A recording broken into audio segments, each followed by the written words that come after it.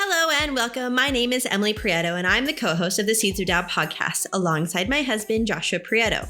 We're also the co-owners of the Seeds of Tao education platform and incubator for regenerative entrepreneurs.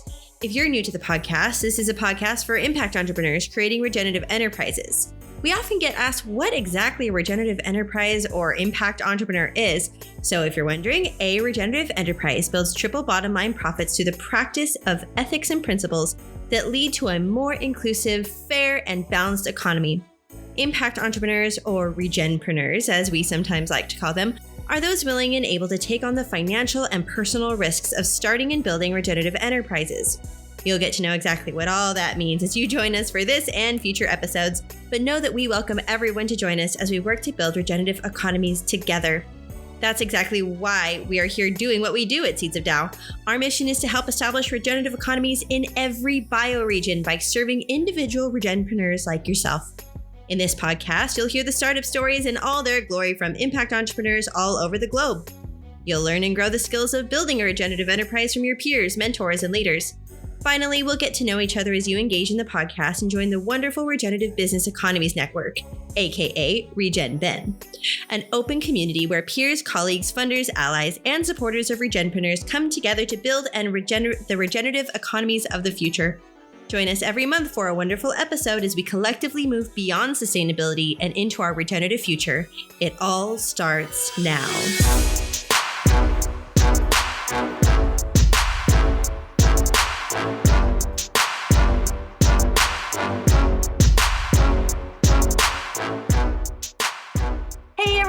Thanks for coming out to the Seeds of Tao podcast today. Emily here with my friend Morag Gamble, calling in from across the world. Hello, how are you going? Nice to be here. Wonderful. So we get the very wonderful opportunity to hear some of Morag's amazing stories. She is an influential woman out there in the regenerative space with her hands in lots of amazing projects. So we're super excited to dive in. But we always like to start the conversation with what got you up this morning, Morag? What got you up and excited to do the work that you're doing? That is such a great question. It's a really quite full feeling into this today because the latest IPCC report just came out yesterday. And the message of this after 7 years of scientists all around the world looking at climate change, the key message that comes out is saying, act now. And when you look at all the solutions that they're putting forward, essentially, they're really a kind of a regenerative approach. And this is what I do in the world. This is my work, and I feel so much more flame and fuel burning inside me now to be able to support so many more people to go out into the world and do this work as well. So I mostly teach permaculture teachers, and I feel this is my way of helping to myceliate that kind of approach out into the world, this positive, practical, regenerative, restorative, resilient, robust way of being in the world. And when you see these, the global news agreeing and giving so much more evidence for it, it just makes me feel like here right now, well, all the time, but right now with this kind of news that's come out, it's like, okay, right, we really need to just keep on keeping on and getting it out further. And, and I don't want to feel like I want to rush it or be in an urgency, because you kind of end up hitting a wall that way, but making more space for conversations, more space to sort of slow down into that really beautiful regenerative way of living well in a one planet way of life. So that's how I'm waking up today. Wow, that's wonderful. And what a thing to celebrate for all of the people that have been in permaculture and regeneration on the sidelines, that like edge culture, waiting for people to be talking about this. And now people are talking about it more. Like, how amazing is that? Because it all starts with the conversation. Yeah, that's right. Yeah. Wonderful. So you have so many things that you're involved in, but how did you get started doing the work that you're doing? Oh, gosh.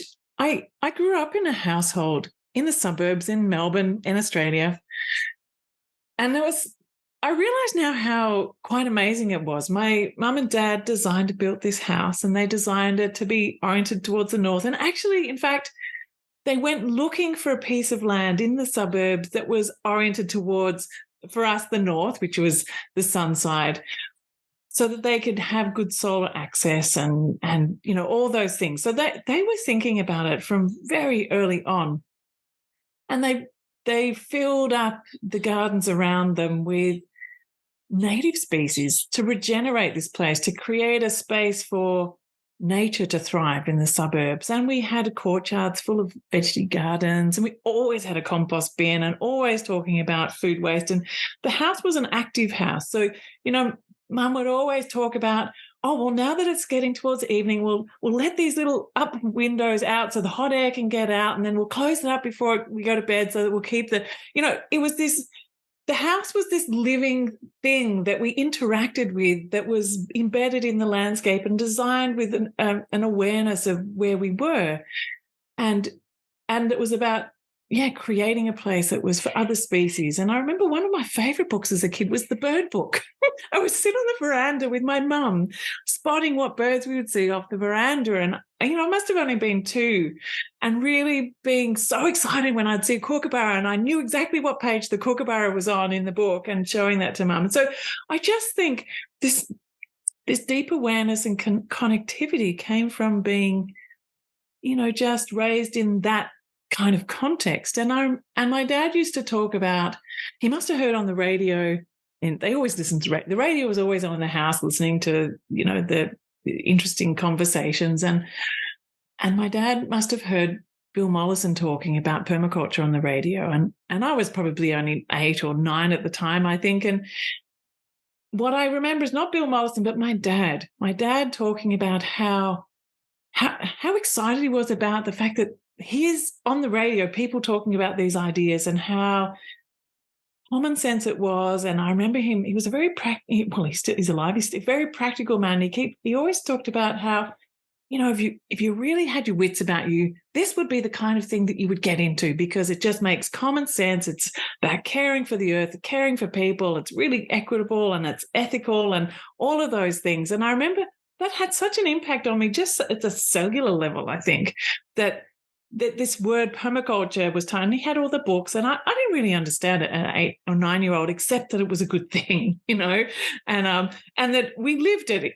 And I kind of, it was just immersive, I was immersed in it. And so that was kind of the beginning for me. And as I went through school, I was the kind of kid who was talking about, peace, and I'd ride my bike, and I had, helmets that had save the whales and peace, on it. And I got mocked dreadfully.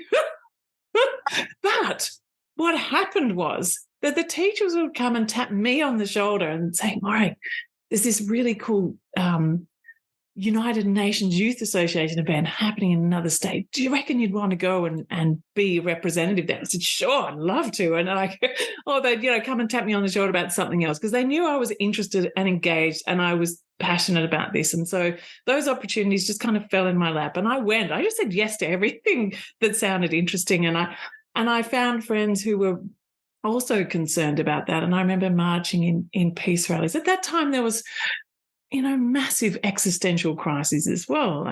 There's the nuclear threat and forest devastations and massive spills. There was all these things going on, and that was all going into my ways.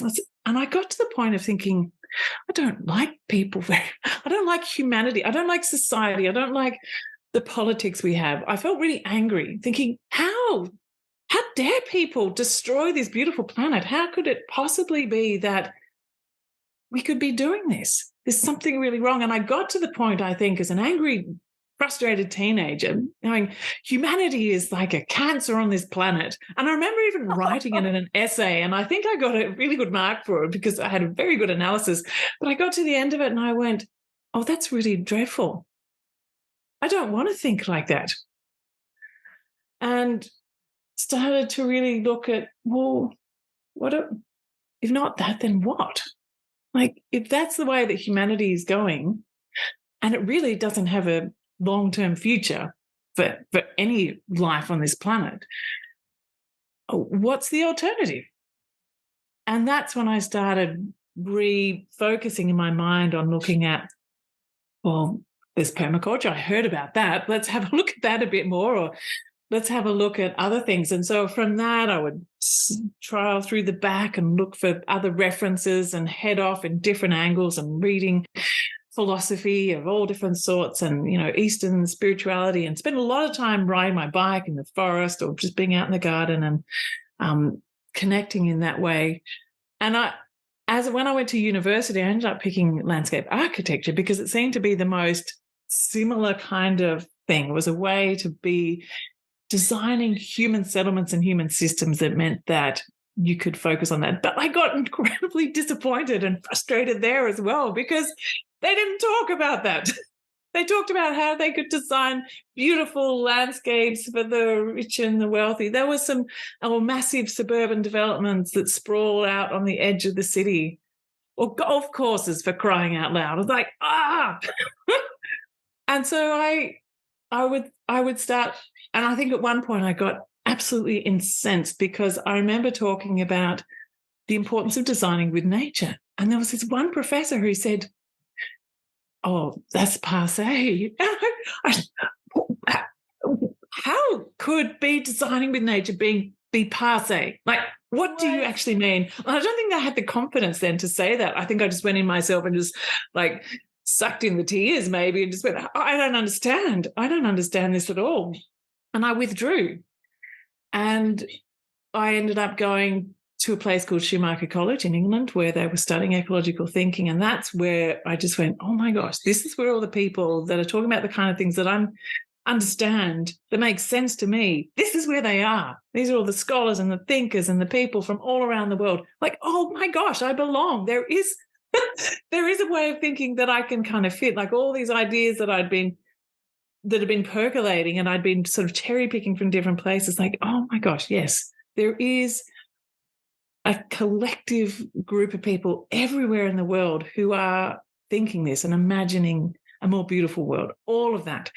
And it was there that I actually met Helena Norberg Hodge as well, who was working in Ladakh, and I travelled with her to the Himalayas, and that I think was one of the most transformative experiences. But yeah, so sorry, that was a very long story for a very short question, but that's part of the emergence of just bumping into all these walls and feeling completely confused and angry and frustrated and discombobulated and just retreating from society, being angry at society, but also at the same time very much wanting to belong, very much wanting to be a contributor, but not to be a contributor to the stuff that does the damage, that to be a contributor and to be part of something that is really caring and ethical and creating beautiful places to live and creating, beauty is the word that comes to mind, and that is kind of what I was able to find and inhabit in whatever way that I do through the permaculture movement.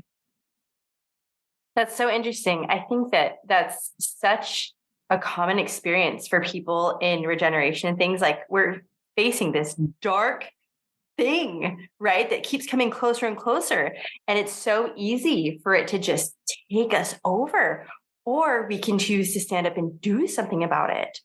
And so you're building up this passion and this intention to be this positive force. How did that turn into like an entrepreneurship endeavor, like into a livelihood? Yeah, it kind of just grew naturally, I have to say. When I left university, so I did actually end up finishing a master's, a postgraduate in landscape architecture, and I finished my Bachelor of Planning Design, and I went on to do a Master of Sustainability Education in focusing on permaculture education. What I did was I put all my energy around permaculture into my studies so that would then, I was able to finish it rather than going along the track. I found my own self-confidence in my thinking to be able to take that to that. But I left then it was kind of, what now kind of situation. And I went into, there was this green jobs program that was offered by the government, and I signed up for that, and I got the job. There was a whole group of us who were new graduates who had the chance to be entered into the government departments in different sections. And I was in the Department of Environment and Heritage and helping to assess projects, whether they're causing environmental impact. And I remember having that same reaction of feeling ill inside by the kind of things that I was being asked to do. Because there was one stage, I remember them saying, well, you can give us this assessment, but you're only just at the state level of government. The federal government, who is kind of holding hands with the major corporations that are doing this, can override what you say. And so really it's just a recommendation that you're offering, and nothing you say could possibly even necessarily matter terribly much. And I just was gutted by the futility of it all, and just the drudgery of going in every day and sitting in this sort of blank place. The life just wasn't there. I remember trying to go out to the park all the time to try and work, but you couldn't. So anyway, I quit as soon as I could. I think I lasted 9 months. I lasted there as long enough to get myself a ticket to go back to the Himalayas. I ran away to India. Oh, wow. Because that was where I really found this sense of like where things made sense and what mattered. Anyway, so after running away to India and then came back, I was involved actually at that point in helping to start a city farm. And when I came back, I thought, right, well, this is the work. And so I started offering workshops and classes and generating experience by being in that place. And so that's kind of the seed of the regenerative work and the self-directed regenerative education work that I do evolved out of being a volunteer at a community garden, a city farm in the middle of Brisbane, and creating programs there, creating festivals and events and fairs and workshops and classes and all sorts of things for school kids. And, at that time it was mostly volunteer. Someone came along and said, I just think what you're doing is so fabulous. I'm going to tithe 10% of my income to you because I see that you're just doing this and you don't expect anything back. You're just doing it because you believe in it so much. And I'm never even asked. I just was kind of living off the smell of an oily rag, sharing things. We set up food co-ops because we were trying to gather food and share it and get good food locally, growing food in the community garden, in share houses, riding my bike around. I lived on just about nothing. And it was fabulous, in the middle of the city living this life. And she said that. And then it kind of, she told someone else and someone else did. And so I had like 3 or 4 people tithing me 10% of the income, which gave me the confidence to go, oh, this is something that is of value. So something people recognize that I'm okay at doing, obviously. And so I just started putting more energy towards that. I kept learning. I was going off doing courses here and there. I'm a constant learner. I'm always out in the world. Like even now, I'm always signed up to different courses and classes. I'm always learning more than what I'm sharing out teaching. It's a constant flow. Anyway, I came up to Crystal Waters where I live now, an eco village, and I did a couple of courses up here with different people. And then it was maybe a couple of years into doing the city farm stuff that I got an invitation to start running courses here. The person who was doing them here before was retiring and said, look, I really see what you're doing. I think it's fabulous. Would you like to come and live in an eco village and start running permaculture courses? And I went, oh, yes, that would be really fantastic. Thank you very much. Yeah, how do I make that happen? And I had no idea how to make that. Was me saying yes to things that just, when you get that feeling, you go, yep, that's where I want to be going. And so I just kind of made that work. So that's kind of the seed of my regenerative enterprise as well. That's wonderful. And how did your family develop along that way? Well, I haven't mentioned, but when I first came back from Schumacher College and Ladakh in the Himalayas, I went, okay, now's the time when I really should get my permaculture design certificate course. I think I've been waiting for this all this time, and now I'm going to go and do this. And so the next course wasn't for a few months, so I booked in, and I was waiting that time, doing all this research in between, and I wasn't at university then. I was back at home, so I was just kind of in this floating land of researching. And thankfully, my parents would just say, "Okay, just do your research, stay here, and then go and do that, and then you'll find your way forward from that." And I'm so grateful for them to be so patient with them. I know that they had expectations of me doing quite something else. Supporting me through university, it was it's probably one of the best universities in Australia. I got into it. They had thought I was going to become some leader in government, I think, and I just didn't choose that path. And they didn't understand for a while why I chose not to follow a career, but instead follow. They completely understand now and did a long time ago. But I think for a couple of years, I don't remember my mum talking to me much for a couple of years. She didn't understand what I was doing. And I think she just was too hurt or too frustrated or didn't know how to connect around it. But anyway, mostly they've been absolutely supportive. But so, sorry, I lost my train of thought. No, you're fine.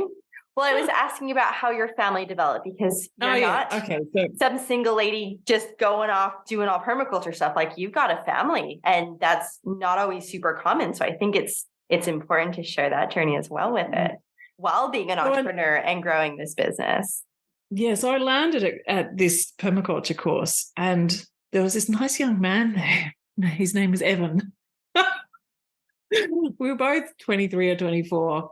And so I think 2 weeks after that course, I decided to come back because there was like 2,000 kilometers between my home and this course. And I decided I'd come back, and I spent another 2 weeks with this nice young man. And we just kind of went, yeah, we really like each other. And I went home and I said to Mum, moving to Queensland.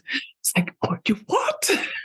What about, and so I packed up my stuff. I sold wherever I could to, buy a bed and get rent in a new place. And that was the start of it. And so Evan and I have been dreaming our life together ever since then. And every day, we keep talking and dreaming together. And I remember right at the very early days of living together, we create this amazing mind map of all the things that we would love to see happening in the world and how we'd like to, help to catalyze those things. And it's this beautiful mind map that we made. And we rolled it up when we moved house. And then a couple of years later, we found it again and we rolled it out and we thought, holy moly, look at that. Like, we're actually doing this stuff. Just by putting it out there and dreaming it together, we walked into that space.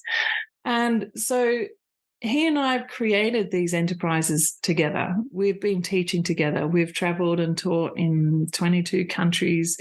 Our business that we run, our institute that we run, everything that we run, we do together. And so mostly now what you see is me out the front, but there's always Evan there. He's decided he wants to be less in the front and more organizing things. And, we always talk about everything, like all the different ideas. So, and then it took us quite a while until we decided that, yeah, we really do want to have kids. For a while, like one of us would say, no. And then the other one would say, do you think we should have a family? And then the other one would say no. And then eventually one time we must have both asked the question. We went, oh, yeah. And so that was probably quite some time into when we were together. So I think I had I was about 37 when my first child was born. And then we have 3 children. I think Monty, my youngest, he was born when I was 43, 44. So, Evan and I had been doing this work for a long time, and it was our pattern of way of being. So from the moment Maya, my eldest, was born, she was just in a sling, and I was teaching permaculture courses with her in a sling, and she'd get passed around the group and everyone was playing, and it was wonderful. She was just so held by the group. And the fact that she was there was beautiful because it really grounded, like, this is a way to live. And then when Hugh came along, we were able to continue that for a bit. Then when Monty came along, I don't know, 3 kids running hands-on workshops at home, trying to manage everything together. It just became, and you understand what I mean by that. So Evan decided that he would take some time and work he went into local government. He also did the Green Jobs program, and he also ran away to India with me as well, just saying. Oh, good. We did it together. At least you did it together. Yeah, it was wonderful. Anyway, so we when we came back, and so Evan decided he'd go back into that world, but he managed to land a position as a climate change advisor, like actually getting the climate change and sustainability across council practices. So he was able to kind of get it. But then the government changed and said climate change doesn't exist, and his job disappeared. But anyway, he got to have enough of a time in there that I was able to focus on doing, bits of teaching. Like, I picked up a position being a food politics lecturer at one of the universities, and I was doing community workshops. So we'd tag team quite a bit. And in his holidays of his work, we would go and teach in Korea and in Indonesia and around the world. So the kids would come on these amazing journeys with us to, teach permaculture in all these fabulous places and learn and immerse themselves in different cultures and places. And so the business kind of evolved then, really, when Evan stopped doing that, or when the government stopped believing in climate change. And we I don't know, we just kind of said, okay, well, where is it that we can be most effective? And it is teaching permaculture teachers. And that is kind of where we're focused. And because I really believe that one of the most important things that we can do to bring about positive change is to have local leaders everywhere connecting people, catalyzing change. And so for me, it's very much about how we can do that. And in the early days when the kids were really young, I was running programs for parents with young kids. And then as they got a bit older, I was running programs connecting young people, because we unschooled the kids when they were younger for a lot of the time as well. And we actually we did that because I remember I sent Maya wanted to go to school, and so we sent her along. And I remember going down to help out one day, and I found her underneath the table at school. So, Maya, what are you doing under there? Oh, I'm telling stories. She had this wonderful world of stories going on under with the patterns of the carpet, like just. I said, oh, but the class is over here, darling. She's just, yeah, I know. They were counting 1 to 10 or something, and she'd already been, because we'd been doing stuff, she was already up to 2,000 that's as far as she could be bothered going, and she was just bored, absolutely bored, and didn't really fit. And so we said, okay, well, if you want to do something else. So we started taking her out a couple of days a week and going to galleries or the beach or things, and then gradually just got less and less time that she was at school and more time she was here. And then in the end, she just kind of popped out. And we would try and take her out to different things like, programs that were for kids who are really into stuff. And I noticed that they were really trying to put people into these pointy funnels, like, oh, you're really clever. You should go and do engineering, and we'll push you down that, or law. And when you go to those, you think, oh, well, that could be interesting. Let's have a look at that. But it was really coming from a mechanistic corporate perspective of like, if you're smart, we want you down in this little pointy end, pushing that barrow. And I'm saying, well, if you're smart and you have a whole systems perspective, don't you think we could be focusing on looking at what's going on in the world and solving the world's problems? And, let's do that. And I could not find anywhere that kids could go and do that who were really aware of the issues and feeling anxious about the issues and wanting to do something about it. So I created it. So I created these programs where young people could come together. And as soon as I opened the doors on that, they just got flooded, absolutely flooded.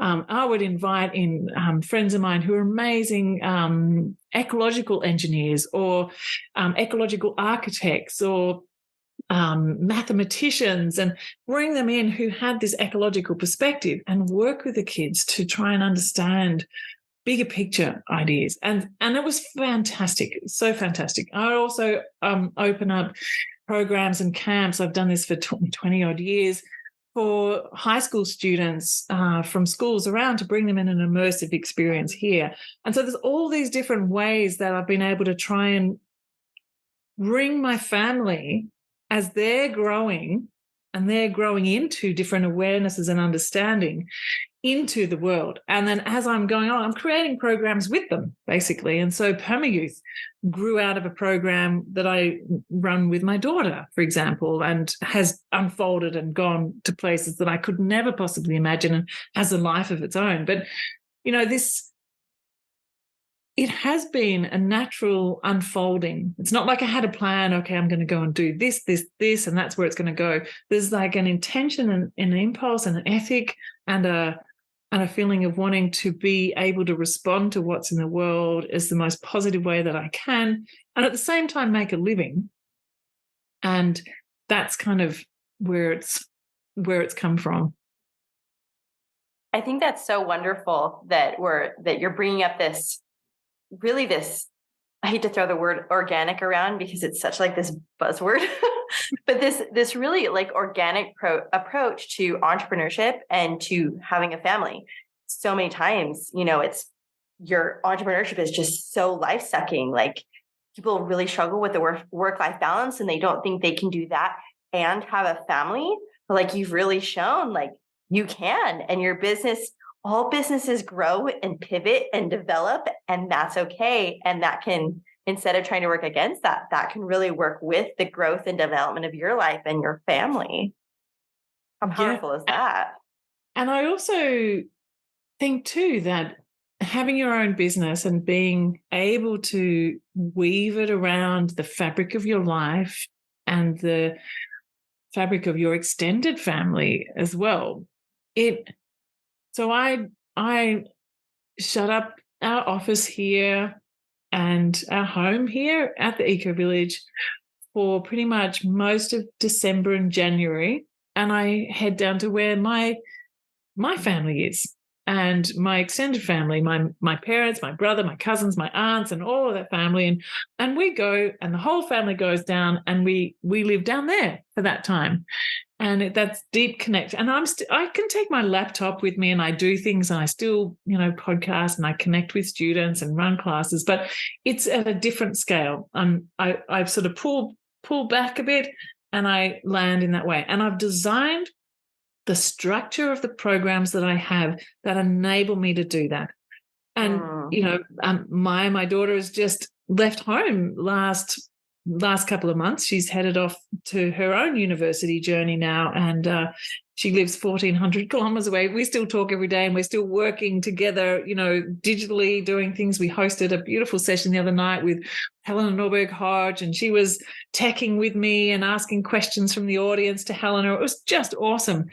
And today she's been designing a banner for a new permaculture course that's going to be run in a refugee settlement in Tanzania. And so she's connected through the PermaYouth with that, and she's a great designer. So she's helping.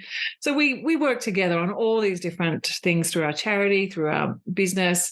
And that is also contributing to her university studies, because the university likes to see their students doing community service.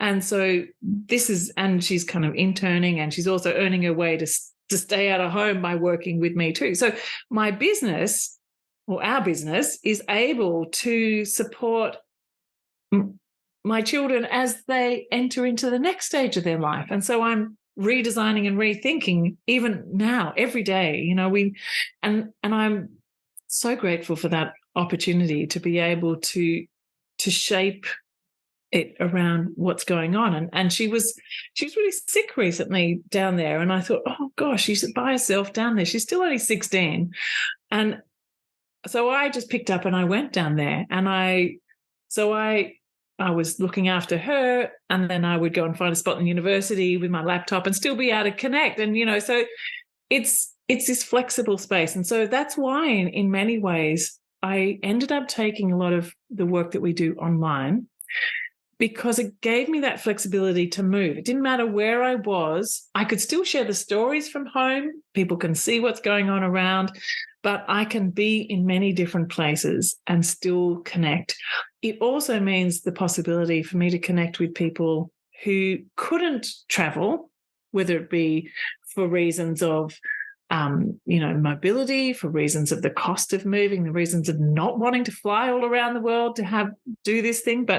And also I recognized that there was a lot of people like me, mothers, who had lots of people to care for. And you just can't up and leave and go on a 2-week course, because you have this whole ecosystem around you that is dependent on you being a part of it.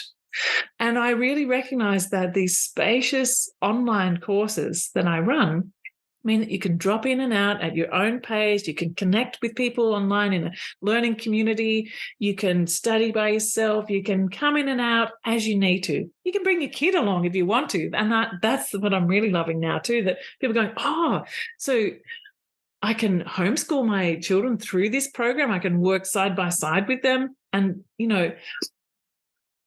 I've really tried to just keep adapting and focusing and using all the systems thinking, all the warm data and permaculture, designing the permaculture business that I run so that it fits. And whenever I hear someone struggling with an idea or a concept or a way to get connected with it, to just keep adapting. And it's being able to be agile and flexible and adaptive, I think is a really, really important skill to have. And that the goal is not a monetary goal so much as a goal of contribution.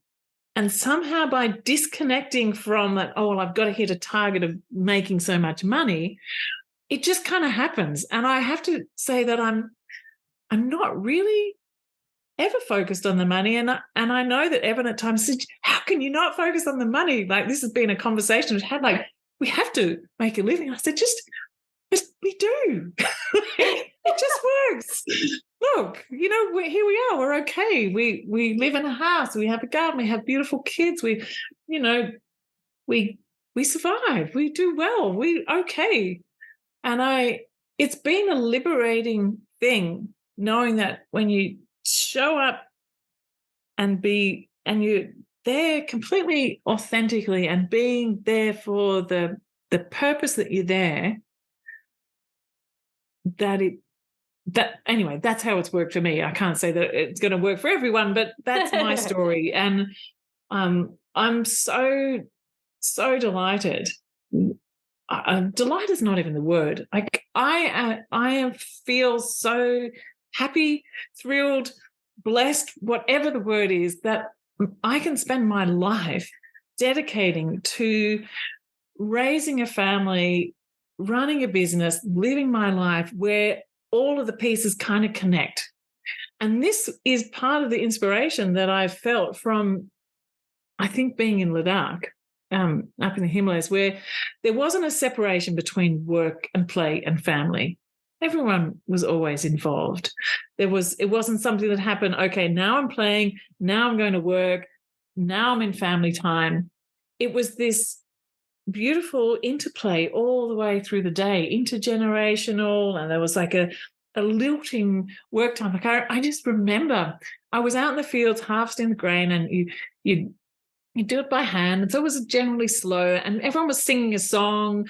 I don't know what the words meant, but I learned later it was something about, take it slow, take it easy, and because otherwise you get blisters on your hands. So you did that, and then you'd hand this to the kids, and you'd have a bit of a laugh with them, and then you'd sit down after a little while, have a cup of tea, and eat some apricots off the tree, and then you might do it a bit more, and then you'd have morning tea, because that was pre-morning tea, and then there'd be post-morning tea, and then there'd be lunch, and then afternoon tea, and it'd go on. It was just this spacious day of a little bit of activity, a little bit of song, a little bit of work, a little bit of play, go back home, have a bit of a rest, walk down the river, have a wash.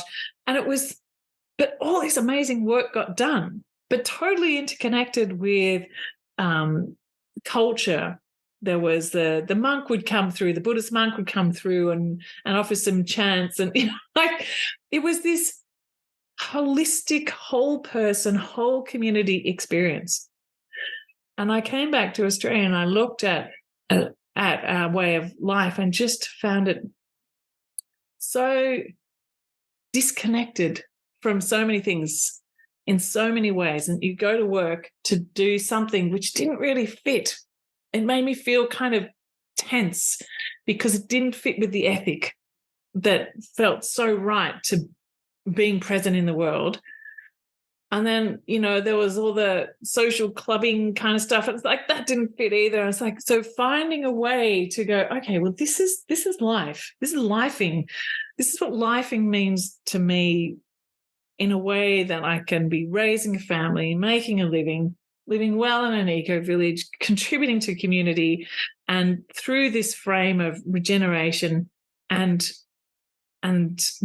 to be able to then ripple that out in the world and go, okay, well, permaculture is climate action. Permaculture is regeneration. Permaculture is a way to be addressing the big picture. It's not just about what it is for me. Like, it's not just my life. I'm not as a selfish thing, but I think in a way you need to be able to create a sense of like this deep grounding so you can go out into the world. Like you won't fall over. Like, I don't feel like I can fall over because the relationships in the community, the relationships in family, because paying attention to those gives you such a strong rootedness that you feel like you can grow out from that.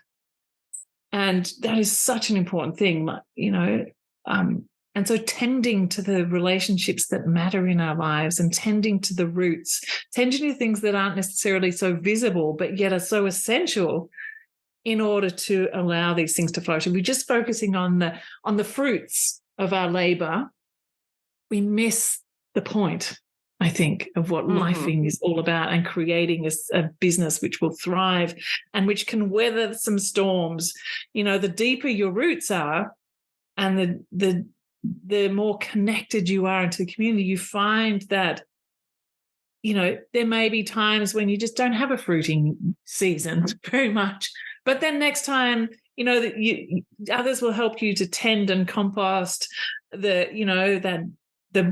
tree that your business is, and then next year or the next season it'll fruit again. And just feeling into those ecological metaphors of how business works as well, rather than looking at the charts and the quantification. It's really about the qualities. And so that's kind of how I see my business. As a living system, as an extension of my lifing, Yeah. Let's take a moment for a promotional break to tell you about a course Seeds of Tao has just released in its beta form. The entrepreneurs that listen to this podcast want to see change. We want to be the change, and we want to bring that change.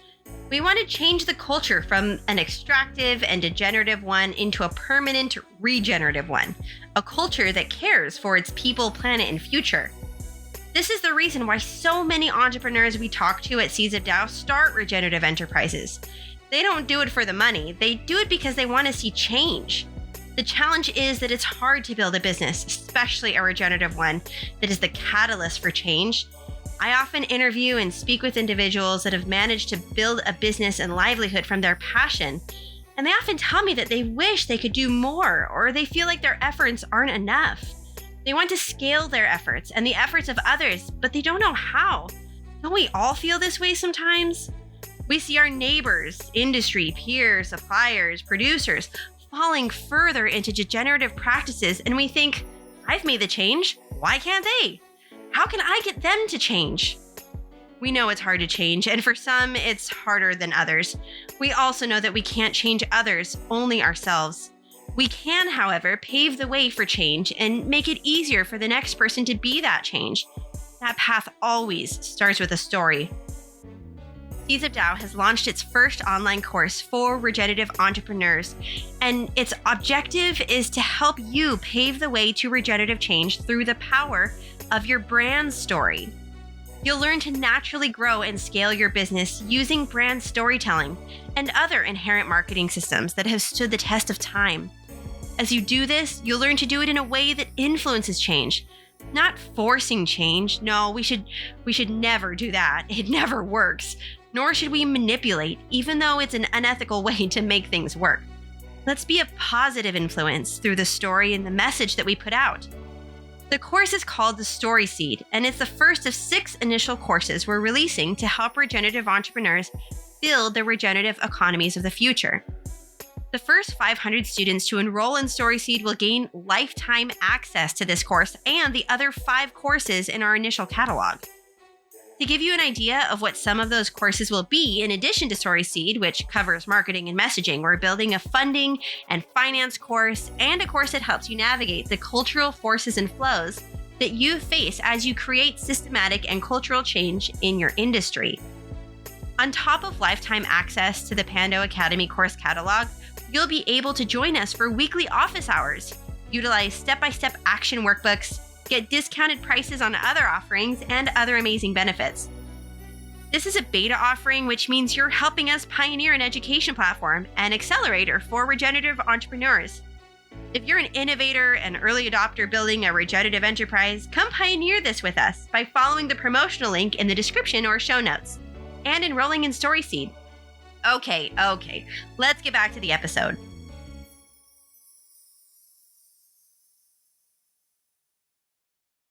Well, and I think in permaculture, we always talk about these patterns, and we're trying to apply these patterns and these rules and these principles and these ethics to more than just the land, because it's really important in the land, but it isn't only applicable in the land, right? Like you were talking about applying it into your life, applying it into your business. I know Josh and I are always talking about regenerative life design, regenerative business design, regenerative business design. So I'm curious, like your take on regenerative business design, taking the permaculture regeneration lingo, principles, whatever. How do you apply some of those in your business? Well, a key part is that, well, firstly, what it's about. So just the abouting bit of it is that it's about offering a regenerative way of seeing to other people, helping to raise awareness, raising skills and capacity in being regenerative. So it's action. The action of the business is about being regenerative. That the process in which we offer it is also regenerative for us, that we make sure that at a human scale, at a people scale, at a family scale, that it's also regenerative. We also really ensure that what our money is doing is regenerative. So we're very careful about where we spend our money, where we invest our money, where we store our money. So we work with the local community bank. That means that, we know that, any money that we've got in the bank is actually not contributing to the oil and gas, that it's actually we're divesting from that. So that regenerative practice of being really conscious about the money at all scales. And I've taken in that tithing concept now that I'm older and have more capacity to tithe other people. So I tithe many people. I tithe a lot of young women in particular who are in refugee settlements to do the work that they want to do. So they can focus on that and they don't have to sort of go out in the street to earn, a couple of dollars to then bring home some food for their family, that they can focus on their regenerative work and then start their regenerative business, because everyone needs a leg up, like it's really hard to start unless you've got some kind of champions behind you saying, oh, that's great, or some mentors. So I spend a lot of time mentoring. I spend a lot of time tithing. And also I tithe over 50% of my time to community regenerative projects, and possibly even more. I don't actually count. But most of my time is spent in community service work. And so I see that as a way, like I have enough to make a living. And then, so acknowledging that that's enough, and then being able to spend that time to activate, to mentor, to support community regeneration projects. Because I think there's a really important balance, that the regenerative work happens in business, the regenerative work happens in families, the regenerative work happens in our communities. And we need to be across all of them. Mm-hmm. And the balance in our lives helps to create a sense of balance in our mind, a balance in our bodies, a balance in how we feel about what we're doing. And so for me, that is really important. So I, as well as running the business, I also run a charity called the Ethos Foundation, which is anyone who's involved in all of the work that we do is able to donate into that. And then I send 100% of that money to projects that then we're supporting and mentoring, but are locally led. So again, taking the same principles and practices of decolonization and supporting their regenerative work, but not to kind of say, okay, now you go and do that over here. It's like, okay, what are your issues? What do you need? What resources do you have? What support do you need? And then connecting them together as well so that they can be creating a regenerative network in the refugee settlements. And so that's a very important part of the work that I do. And then, nurturing the initiatives that come out of the youth sector. So, at the moment, so we have the Perma Youth Network, which also connects young people in many parts of the world, also to the young people in the refugee settlements, and they get to talk and connect and dream together what the possibilities are. So creating spaces for communication. There's a new enterprise that's coming out from the youth, and that is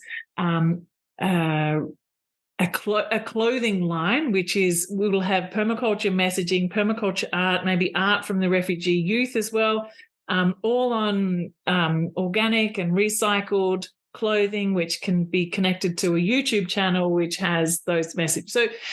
So all of these different aspects. And so really, it's like there's this mycelial web of interconnections going, and every now and then it kind of fruits. Then you see these mushrooms and it's like, oh, okay, I see it now, and I'll tend to that. And you never quite know where it's going to come up, but it's just being aware and noticing where you see these emergences from this beautifully submerged network of relationships happen. And then that's where you go, okay, well, I have some surplus here. I'm going to add compost to that one and see where that grows. It may or may not work, but that's okay. It's really just paying attention to where you see that those things happen and finding ways to support people who really showing that leadership and capacity to do things, because I so value those people who saw in me things that I didn't see when I was younger. Like, oh my gosh, I had no idea. I had that capacity. I remember sitting in a meeting one day at a city farm. I was always, on the board, and I took the role of doing the newsletters and doing all that kind of stuff because it was easy. I could listen, I could take notes, I could use my design skills. I was, that was good. And then we had this meeting one day. We'd try out all these different kind of possibilities of how to connect. And someone said, okay, well, let's just each tell each other what we think are our strengths. And I remember someone at that point, and there was like either a director or a listener. It was like personality types. And one of the elders of the group turned around and said to me, you're a director. And I just was floored. Like, I'd never seen myself as that kind of leadership position. I was always someone who was the doer, the actor, like the holding the space. And there's something clicked in me and thought, he's just given me permission to step up and speak up. And I am really focused now on offering that same deep listening to other people and to notice where I see that and to support as I can. Because like, I feel like, I'm 53 now. Like, I feel like as that I've entered into my eldership into this space, that it's my, I was going to say duty. I don't want to say it like that because it's not like I have to do it, but that's part of your role as you get older, to really notice and support those who are entering into this space, and not to sort of stand there and say, well, I am an elder and you must now do it as I did it and follow along with me. It's like, really, like, well, what spaces can you kind of step back and create and nurture and, like, provide a bit of shade or shelter, or, if you think about how the older trees in forests feed the younger, like the nutrients get fed to those in the shade until they're ready to find their own space. Like, again, thinking about those natural metaphors. So I'm trying to really make sure that everything that I do pays attention to that kind of thing. And, I have to say that it's what brings me so much joy every day is being engaged in that kind of work and, all of it together. And, I wouldn't do it if I didn't love it, and I feel this sense of, there's this kind of, I don't know, there's this moment of kind of awakening, I think, when I was talked about earlier, when everything just started to make sense for me. It's like, there's a language that makes sense to me, or there's the set of philosophies, or there's this whole, like everything. And it was so visceral. Like I remember sitting at the edge of a lake in Victoria. I'd just been reading these books. I walked down to the edge of the lake and I sat there. It was kind of dark, and it sounds a bit woo-woo, but I literally saw sparks flying out around behind me. It was like this moment of awakening, and I was trying to catch to see these sparks, but they just kind of kept flashing off. And from that point onwards, like there's been this fire in my belly that burns so strongly. And I know that if I'm going in the wrong direction, something like heading in a way that's diminishing that flame, diminishing the possibility for that flame to be in the world, and it feels painful, or I get sick. And then when I start to tend to those relationships and tend to the things that I really love so much in the world, and I feel the way in which I could be the best contributor I can, I just feel this endless energy. Like I don't even know where it comes from. Like I'm doing this all day and all night pretty much, and it just keeps coming, the energy. I don't know where from, but from the love of doing this kind of work.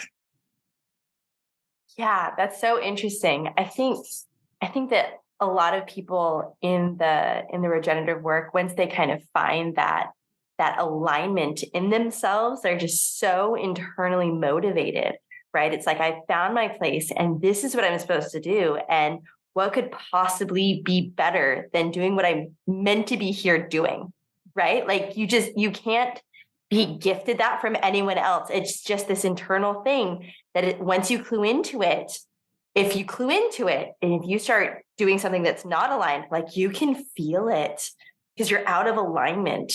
It's crazy. And you can only explain it so much for someone who hasn't experienced that, but it's like light and dark, day and night. It's huge. It's huge. Amazing. What a wonderful story. So I do have a question, because I know you've been an entrepreneur for a while now and you have all these amazing things going on. But I would love to hear what the most difficult part of being an entrepreneur has been for you. Oh gosh, that's a really good question. The difficult part. How do you focus on earning money? I know you've been focusing on so many. Selling. Selling myself. You know what I mean? Like, come and do my course. Totally. I'm so much about uplifting other people, uplifting the planet, uplifting that. And then, it really trying to find an authentic message that is really saying, just, come and join me. Because this I know, this I feel is where, where we can actually make a difference. Like there's so many things that we can, but if this resonates with you, like come and join me. I'm trying to find the authentic message to attract. So rather than trying to sell, it's really about like how to attract people into this world. Those people that makes sense to can come in, and there's lots of different ways they can connect. So finding that has been challenging. Mm-hmm. I think learning the digital world, because there's so much to learn and it keeps changing so fast. So if, as an online entrepreneur, being on top of that and not spreading too thin, because there's so many different places that you can try and be present, and just going, okay, this is actually where I feel like I'm able to most thrive and meet those who I'd like to be in conversation with and not try and be in all the different places in all the time. I think the other big challenge of being an entrepreneur too, and while I say that I try and find the balance, it's a dynamic, it's like if you know systems thing, like there is no balanced, stable state. Everything is constantly dynamic and there's always changing. And so I will find sometimes that my focus on my work grows and then I realize, oh, hang on a tick, I'm not spending much time on that. So then I'll pivot and I'll kind of reorientate myself and then, oops, I need to focus. And it's this dance. It's a constant dance. And so accepting that's what that is and not trying to beat myself up that, oh, I haven't done that right or I haven't done that right, but just accepting that I am in a constantly evolving and pivoting place. And sometimes the kids need me less. Sometimes they need me more. Sometimes, it shifts and changes all the time. So that's something.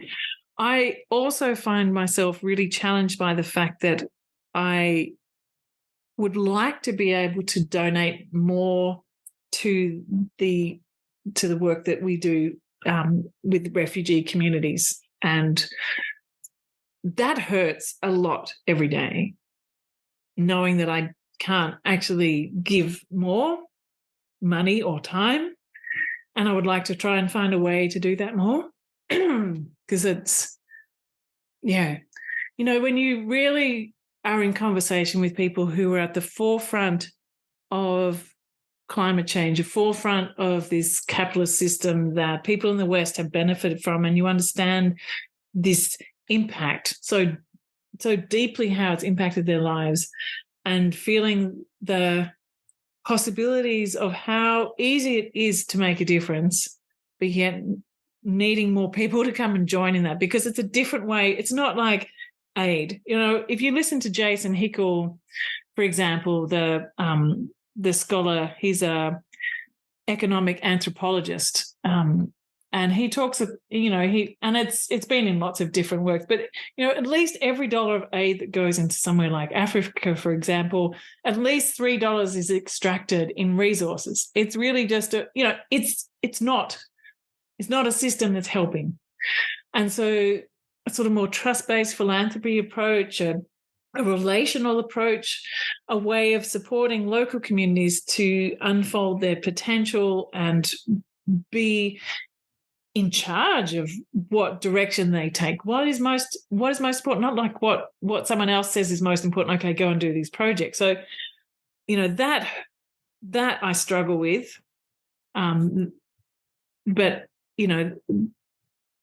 and I'm including that as part of my struggle as an entrepreneur because I see what we do is giving back. Like, what do we do with the surplus that we have? Like, I like to ask the listeners, like, what do you do with the surplus? Like, and how much is enough? And how do you accentuate your influence in your world to be able to gather support, to support others who would love to do that work as well, but just seem to have landed themselves at birth in a different situation, and that we can all be working together for earth care, people care, fair share. I mean, that's coming right back to the ethics of permaculture. I think this is a really important part. And it's often easy to think, oh, well, as an entrepreneur, I can, make more money and that will give me a chance to go off and do all these things. But at what point, do we sort of say, this is enough, this is what I need? But doesn't mean I stop doing my actions there. I can earn more so I can actually maybe give more, accelerate more actions, do other things. And so it's finding that balance in there and being really a conscious entrepreneur who's engaged in global justice and local action and resilience simultaneously. Yeah, it's that essence of being an impact entrepreneur, right? We're not just doing it for the economic benefit. It's that triple bottom line profit. So we talk about for the people, yes, for an economic profit so the business can keep going, so it can keep having impact, and then also benefiting the planet, like balancing that as an entrepreneur, as an impact entrepreneur. and constantly wanting to give more to that impact and create a bigger impact. But if you overgive, then the business can't keep going, and then the impact stops, right? Or the impact slows. And so it's just a juggling act. It's a dance, like you said. It's a dance with the business resources, with our own resources. It's always like that. I love how you brought up that. I know you didn't say the word grace. The word grace came to my head, like being okay and kind of giving yourself grace and cutting yourself some slack, because we won't always be that perfectly balanced Zen creature all the time. And that's okay. And there's times and seasons for everything, just like in permaculture, just like we learn about, right? And being okay and stepping into those spaces when it's appropriate, right? And other times, another season will be appropriate. And that's great and perfect as well. I really love that you brought in the seasons, because it feels like that. If we think about our business in that concept of seasons, it can really make sense, and not as like sales seasons, not around like the Christmas season. How can we sell that? And but the seasons of that natural fluctuation that does happen, and the times when we actually need to maybe slow down. Like, maybe in the northern hemisphere, it might be more sort of the winter slowdown where you come inside and you more focus on writing and other activities, and but here in Australia, it feels like the summer is the time when you slow down, because it's just so hot. You can't do anything. You just got to same here in Panama. That time, no, we'll just float in the water and swim and think and allow all what we've done to percolate and talk it over. So it's not like you're not doing anything. It's just a shifting of gear into a different way of imagining. So when the weather is conducive to certain things, you really just are in there doing the stuff. And then other times when you just need to sit back because there's just no possibility of doing anything else, some other processes start to come into play. And so it's less of the active and more of the internal. And so the same sort of cycle of the seasons enters into the same cycle of us as entrepreneurs. And just being aware of that and feeling into that, I think, is a really lovely way of being. Yeah. That ebb and flow reminds me of even like the lunar cycles and how that's works so in tune with that. Josh and I work really closely with that with our business, when it's time to grind and push, and then when it's time to reflect back. I mean, currently we're in a new moon state, and the last few days we've been wanting to push, but we're like, no, this is time for analytics. This is time to look back and see what's working and what's not working. Nice. Right. Wow. So you've got it really granularly, not even an annual scale, but every month. No, it's definitely monthly. It's definitely lunar. And because our energy changes so much with the waxing and the waning, and our kids too. And so we all need to stay in balance and plan our lives accordingly. That's just one way that we've found to kind of integrate and be sensitive to each other's energies and work and grind when the moon's working with us, and then not fight it when it's not. And I think too, there's something, we haven't talked about it, but I think there's something really wonderful about working in partnership with your partner in business, with your family, and tag teaming. And this is what Evan and I do. Like, we're constantly, I might be focused on them one day, and then Evan might be focused on them another day. Other days we're doing it all together, and sometimes it's like, a bit of a mix of everything. And we play with that and don't try and say, go away, kids, we're working, it's work time now. It's because it's kind of that Ladakhi approach. It can expand into different time. I don't sort of say 5 o'clock, okay, down tools. I literally can't do that anyway, because I work globally. Sometimes I have to be up really early. Sometimes I have to be up really late. And just in between, maybe I can go and do something with the kids anyway. And that gives me that spaciousness in the day to incorporate all those different things, and Evan as well. And then we sort of, make time, of course, where we've got to try and make sure that, we consciously meet there as well, not just always for someone else. And that's a really important thing to keep in mind. And, that's part of that dance I talked about, when sometimes you get really busy and you look over and think, oh, that's right, Evan and I should spend some time doing things. And, then we try and think, oh, what would you like to do today? And we just kind of go, okay, let's just down tools. Like yesterday, we went off on an adventure together and it was so great. Like, even though, we were having fun doing some other things, we were also brainstorming together. It's nice when we just sit together. It's not like, okay, we're going to sit down, we're going to have a strategy meeting now. It's like, as we're doing something really interesting, it's like, oh, what about this? And, it just happens because we're engaged. And then what I really love too is that the kids are listening to this. And I remember my son, when he was 40, he's just turned 15, and he said to us, I really like that you talk about business in front of me because I get to learn. I really want to be an entrepreneur. And because you involve me in these discussions, I get to see, like he's decided at the moment he's at school. So he's going to year 11 at the moment. He says, I don't learn anything about this at school, but at home I get to learn about how I can actually create a business and follow my passion and do this kind of thing. And he's the one who's actually leading the whole clothing thing at the moment with the artwork and all of that. And, I always run any website design past him. I'll run some graphic design past him.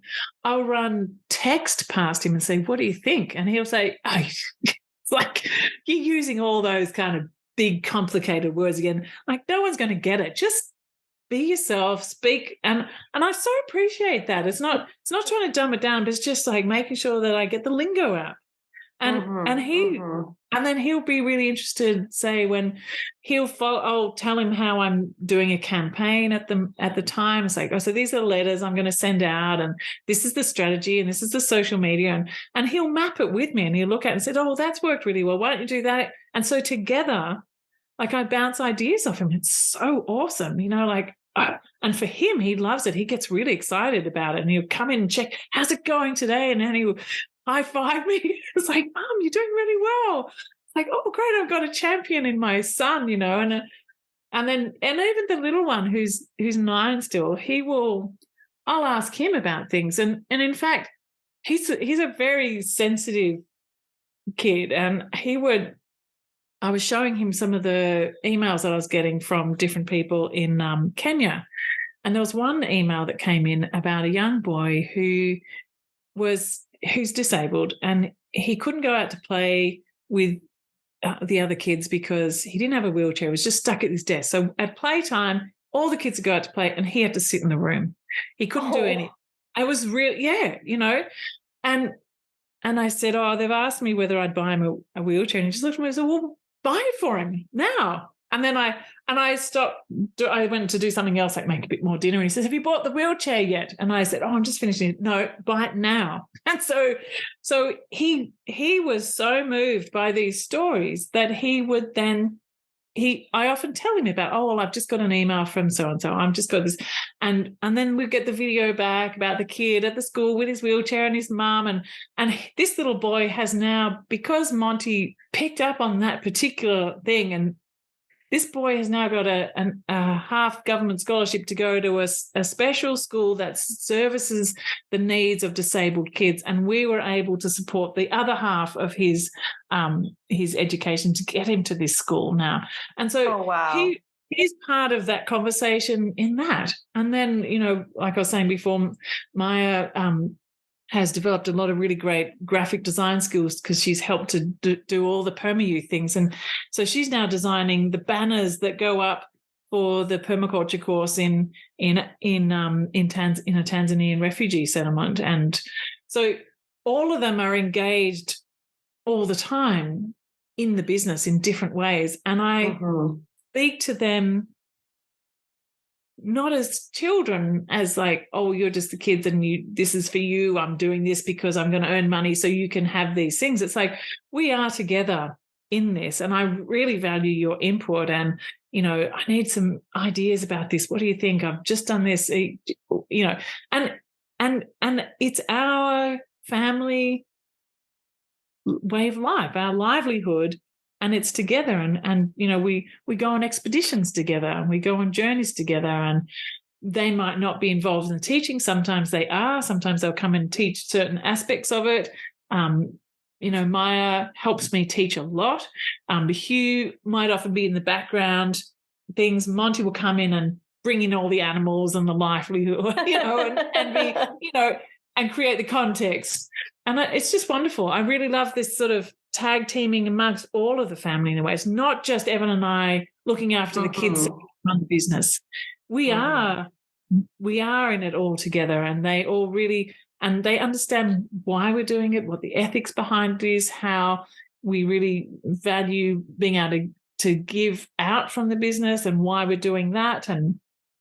And so I think like this, it's as much an immersive process in a permaculture way of life, and how I'm not ever teaching them, okay, this is how you do worm farming, and this is how you make a no-dig garden, and this is this plant, and this is what it does. They're just like, oh, can you go and get some greens for dinner? And they'll go off out and grab things. Or, the chicken, oh, we need some eggs. Can you go and grab some eggs? And my son will come back down. He's not really that into the animals, the middle one.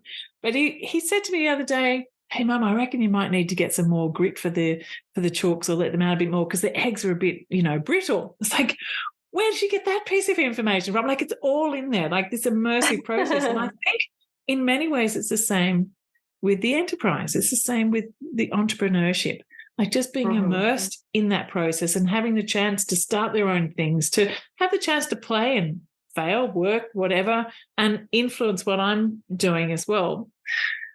What a great opportunity. I didn't know anything about business. I have to say this. I knew nothing about business, marketing, sales, all of that. I grew up in a household. My mum was a mother. My mum was a mother. My mum was a teacher. She was a mother too. And my dad was a surveyor with the state government. No entrepreneurial skills. You go to work, you get your superannuation, you have a steady job.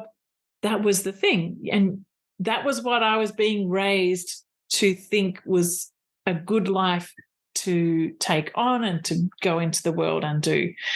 And shattering that was really hard, both for them and for me. But I knew in my heart that I just couldn't do the other. It just wasn't going to work. But I'm really conscious about raising my kids. But maybe I've shattered their possibility of getting a job somewhere, because my son, my 15-year-old son, keeps going, I don't want it. I don't even know why I've decided to go to school, because I don't want to go and get a job and work in some place. I want to be an entrepreneur. It's like, well, maybe you could be a really great contributor to, some research and something. I don't know. Like, don't lock your doors. Like, I think I might have flipped around the other way. So I'm really conscious of that too, not to try and say, well, this is the only way forward. This is the way that it works for us. So, yeah. Definitely. Wonderful. What a wonderful story. It has been such a pleasure to hear all of your adventures and the wonderful ways that you've been weaving your entrepreneurship with your family, with the charitable causes that you're so passionate about. It really comes down to that integration over segregation kind of idea, and the harmony that can really come from that. I think that's so powerful. So thank you so much for being here with us today. To kind of wrap the conversation up, we would love to hear how the audience can reach out and get involved in the wonderful things that you have going. Yeah, thank you. And it's been really lovely chatting with you, Emily. It's been so great to have this chat. Often I feel like we don't get to talk about business stuff so much in permaculture. We're talking about the permaculture stuff, but not the business side. So thank you for the opportunity to explore that. It's been great. If people want to find out more about our work, you can pretty much find everything through the Permaculture Education Institute site, which is permacultureeducationinstitute.org. And there you'll find links to the charity, to PermaYouth, to our podcast as well, with Sense Making the Changing World, our YouTube, our Permaculture Life and blog, and all the things you can find in that portal, the Permaculture Education Institute, and all the courses that we run as well. Awesome. And we'll have links to all those wonderful resources in the show notes on our site. So thank you again, Morag. It's been so wonderful having you here. So everyone, keep growing your businesses, keep growing your lives, and keep growing your entrepreneurial journey. Bye. Thanks for joining us today. We hope you enjoyed the podcast. It really is a blessing and a pleasure to bring each episode to you. So what'd you think? If you enjoyed this podcast, please leave us a review or follow us on the podcast platform of your choice. Each review really does help us to further the reach of this podcast and move our mission forward to build regenerative economies in every bioregion. If you have a suggestion or feedback for us, please let us know in the open and free Regenerative Business Economies Network, known as RegenBen, which is linked in the description and in the show notes of this episode. RegenBen also has an awesome community request form that allows you to suggest guests, register to be a guest on the podcast, and share your own regenerative entrepreneur startup story, or any other suggestion you may have for the community. Without your feedback and requests, this podcast and community wouldn't be what it is, so please let us know. Now, this may be bye for now, but remember, it doesn't end here. It has only just begun. The regenerative economies of the future start now with you.